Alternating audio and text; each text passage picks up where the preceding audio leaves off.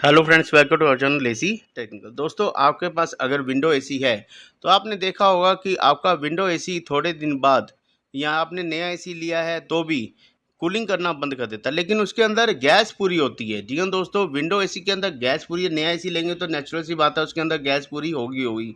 अगर आपके पास पुराना एसी है तो भी गैस तो पूरी है, लेकिन आपका एसी कूलिंग नहीं कर रहा है। क्यों नहीं कर रहा है?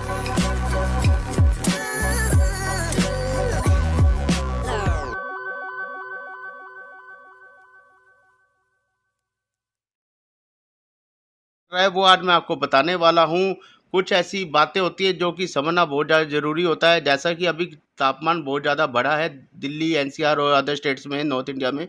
तो आपका जो एसी है वो हो सकता है थोड़ी देर बाद कूलिंग करना बंद कर देता हो, थोड़ी देर कूलिंग करता हो। तो ऐसी प्रॉब्लम अगर आपको फेस हो रही है या आपने नया एसी लिया है तो भी आपका एसी बार बार ट्रिप हो रहा है, तो मैं आज आपको बताऊंगा, दो ऐसे कारण बताऊंगा जिसकी वजह से आपका एसी कूलिंग नहीं करेगा, लेकिन एसी के अंदर गैस पूरी है। जी हाँ दोस्तों, सबसे पहले हम चेक करेंगे कि एसी के अंदर गैस है या नहीं है। तो एसी को पहले एसी को चलाया, एसी का कंप्रेसर ऑन हो गया, इसका मतलब कंप्रेसर ठीक है। कंप्रेसर ऑन हो रहा है तो इसका मतलब कंप्रेसर ठीक है। उसके बाद गैस उसके अंदर पूरी है या नहीं है उसको भी हम चेक कर लेंगे। गैस पूरी है भाई साहब, लेकिन थोड़ी थोड़ी देर बाद कूलिंग करना बंद कर देता है, रूम ठंडा नहीं हो रहा है। तो उसका क्या कारण हो सकता है वो समझ लीजिए। दोस्तों, होता क्या है, जब आप एसी को चलाते हैं तो एक कारण होता है, जैसे मान लीजिए आपने नया एसी ले लिया। नया एसी लेने के बाद आपने फिटिंग तो करवा ली, लेकिन फिटिंग कराने के बाद आपको ये नहीं पता है कि आपने वो फिटिंग गलत जगह पे कराई है। क्योंकि जहाँ पे आपने फिटिंग करवाई है उसके पीछे या तो दीवार होगी या वो शाफ्ट होगी, जहाँ पर स्पेस नहीं है पीछे वाली हवा को निकलने का। जितनी कूलिंग आगे वाली कॉइल करती है उससे ज़्यादा गर्म पीछे वाली कॉइल फेंकती है, उससे ज़्यादा गर्म हवा पीछे वाली कॉइल की होती है।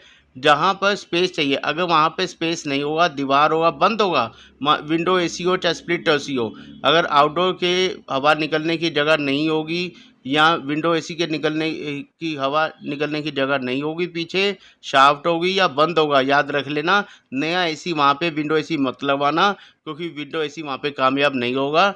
नया एसी लगवाओगे 5 मिनट चलेगा, 10 मिनट चलेगा, उसके बाद कंप्रेसर कट ऑफ हो जाएगा, क्योंकि वहाँ पे हीटअप हो गया बहुत ज़्यादा, जिसकी वजह से कंप्रेसर भी हीटअप होगा और आपका कंप्रेसर बंद हो जाएगा। जी हाँ दोस्तों, कंप्रेसर बंद हो जाएगा, फिर आप परेशान हो गए, आपका नया एसी यूजलेस हो जाएगा। अगर आपके यहाँ पे स्पेस नहीं है विंडो का, या पीछे दीवार है या शाफ्ट है, वहाँ पे पंगा मत लेना विंडो का भाई साहब। स्प्लिट एसी लगवाना, स्प्लिट एसी ऐसी जगह लगवाना जहाँ पे बालकनी हो या छत हो। अब बात कर लेते हैं पुराने एसी की। अगर आपके पास पुराना एसी भी है तो भाई साहब वो भी थोड़ी थोड़ी देर बाद कंप्रेसर कट ऑफ होना बंद शुरू हो जाएगा, क्योंकि आप जैसा कि आप देख पा रहे हैं एसी चेक किया जा रहा है, एसी के अंदर गैस तो पूरी है, सारी कॉइल ठंडी हो रही है, इसका मतलब गैस पूरी है और आपका एसी ठंडी हवा भी दे रहा है, लेकिन थोड़ी देर बाद गर्म हवा देनी शुरू कर देती है, जिसकी वजह से रूम ठंडा नहीं हो रहा है, नहीं हो रहा है। अब ये देख लीजिए, कॉइल पूरी चिल्ड पड़ी है, आगे वाली कॉइल पूरी चिल्ड पड़ी है,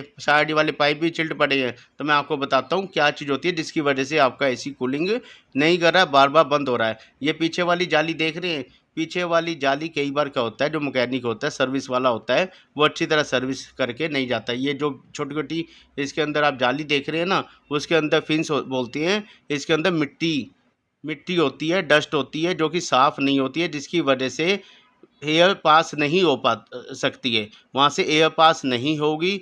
तो उसकी वजह से क्या होगा, कंडेंसर बहुत ज़्यादा हीटअप होगा, उसकी वजह से कंप्रेसर भी हीटअप हो जाएगा, और कंप्रेसर जब हीटअप होता है ना तो कंप्रेसर कट ऑफ हो जाता है। उस कंडीशन में कंप्रेसर कट ऑफ हो जाएगा और आपका एसी चलना बंद हो जाएगा, मतलब कूलिंग करना बंद कर देगा। उस कंडीशन में क्या होगा, आधे घंटे बाद दोबारा नॉर्मल हो जाएगा, ठंडा हो जाएगा आपका कंप्रेसर, फिर चलेगा। फिर आपको लगेगा भाई हाँ एसी तो कूलिंग कर रहा है, अब तो सही चल रहा है, चलो कोई बात नहीं। फिर 15-20 मिनट बाद हीटअप होगा कंप्रेसर, फिर बंद हो जाएगा। तो ये रूटीन चलता रहेगा। तो इस ऐसी अगर प्रॉब्लम आ रही है, कूलिंग तो हो रही है, चिलिंग हो रही है, लेकिन थोड़ी थोड़ी देर बाद कंप्रेसर कट ऑफ हो जाता है, जिसकी वजह से कूलिंग होनी बंद हो जाती है। तो आपका कंडेंसर बहुत ज़्यादा गंदा है, उसको साफ़ करवा लीजिए, वॉशिंग करवा लीजिए, कंडेंसर साफ़ हो जाएगा तो ये दोबारा से प्रॉब्लम आपको नहीं आएगी। तो 2 कारण मैंने बताए हैं, एक तो पीछे स्पेस होना चाहिए, दूसरा पीछे वाली जाली साफ़ होनी चाहिए।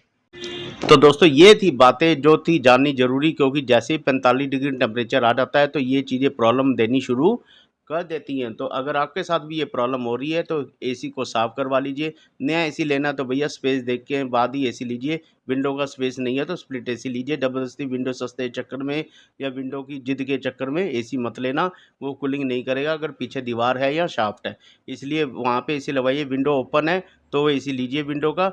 और अगर आपका पुराना एसी है बार बार कट ऑफ हो रहा है, कूलिंग कर रहा है लेकिन कट ऑफ हो रहा है, तो याद रखना उसका कंडेंसर गंदा हो सकता है, उसको साफ़ करवा लीजिए। दोस्तों मिलते हैं एक नई वीडियो के साथ। वीडियो अच्छी लगे तो लाइक कीजिए, चैनल को सब्सक्राइब जरूर कीजिएगा। मिलते हैं एक नई वीडियो, तब तक के लिए बाय बाय, टेक केयर।